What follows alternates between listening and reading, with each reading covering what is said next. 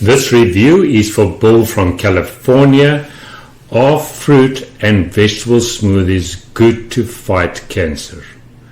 The short answer is no. I'm going to cover the two main negatives about it. Now, I know there are some self-proclaimed cancer gurus online that tell you need to do smoothies. There is good into it as well. Yes, I agree with that. But you need to be very cognitive of how much of what you put in. Let me explain a little bit more. So, the first negative is sticky blood. If you have sticky blood, then what you're putting into that is extremely important. Why so? Is if you have any vegetables high in vitamin K, this is all your leafy greens, the spinaches you put in, the cabbages, these type of things, those are going to be high in vitamin K. If you've got high blood viscosity, then you should not be putting any of these in your diet, and also certainly not in your smoothies. So sticky blood is that major thing. So how do you know if you do have sticky blood? You can prick your finger for a blood sugar test. If you have to press and massage your finger to be able to get that drop of blood out of your finger, then it means you have got sticky blood. Hence a fact that when you go for your smoothie, make sure you're not doing these leafy greens, which is high in vitamin K, is doing too much clogging of the blood, which means less oxygen towards the rest of the body, and that then causes new cancer cells. So don't go overboard and just say we're going to start with those smoothies. So then be careful for that. Then the other thing is, do not feed the cancer. Now, I'm not talking about just sugar. Now, we know, quite frankly, you know, sugar does feed cancer. If you haven't seen my video of the sugar, make sure you get into my channels and go look at Don't Feed the Cancer, or what feeds the cancer, rather. So the thing is, what feeds cancer? So we know sugar feeds it. We know the carbohydrate in the starches. That does feed it. Now the shocker. Even the sugar in the vegetable. So let me explain that. So when the sugar, normal sugar, is digested, it's going to go into glucose. So too the starches.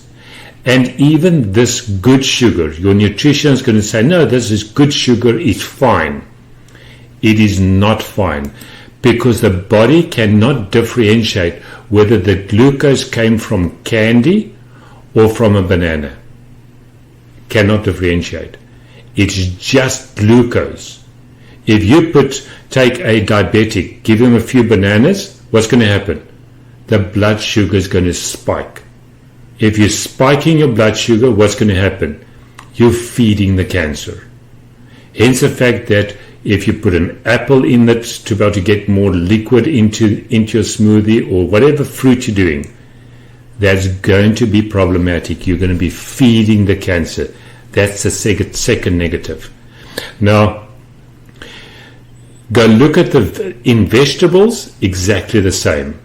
The carbohydrate in that. Now, you can see this. This is in 100 grams. That's 78% of the vegetable is carbohydrates. I'll explain the net carbs in a moment. Look at that. 44, 41, tomatoes, the corn, 27%. Can you see the amount of carbohydrates? So let me explain what is the net carbs. So let's take the carrots. Carrots, very good to help fight cancer, which is that orange pigmentation, which is important, or the beet, the red of the beet. But that also triggers our blood sugar. You take the full carbs, so 100 grams of carrot is 10 grams of total carbs. You then subtract the 3 grams of fiber, and you get to the 7 grams of net carbs. That's what net carbs is. So the fiber, reduces the uptake in the gut of this carbohydrate, which is then going to be the glucose in the blood. Okay, so that's why you subtract the fiber off of it. But now, if you're doing your smoothies, you're taking out the fiber, which means you go to the full extent of whatever that is. Okay, the fiber does not carry the carbohydrate, which means you are taking 100% of that carbohydrate. So you cannot work out of the net carbs. You have to work out of the total carb. So take that in consideration. And what you want to do is when you're busy dieting to be able to starve your cancer, go watch my video of not feeding the cancers.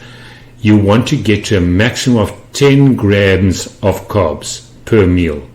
And if that smoothie is above 10 grams of carbs, that's going to be a problem. You're feeding the cancer for that moment that you're drinking the smoothie. So be very careful for that. If you do have my cheap profiler, guys, go look at your sticky blood. That's extremely important for you to know whether you can do it. Go look at your vitamin K as well. So keep that in consideration. Our next review is going to be for Peter here from Texas, where I am from. And you'd like to know, can you do frequent PET scans if that is okay? And if you have not watched The Real Reason for Cancer, go click to the left. And please do me a favor, do the subscribe, the like, as well as the ring the bell so that I can notify you when the next video is available. Talk to you later. Bye-bye.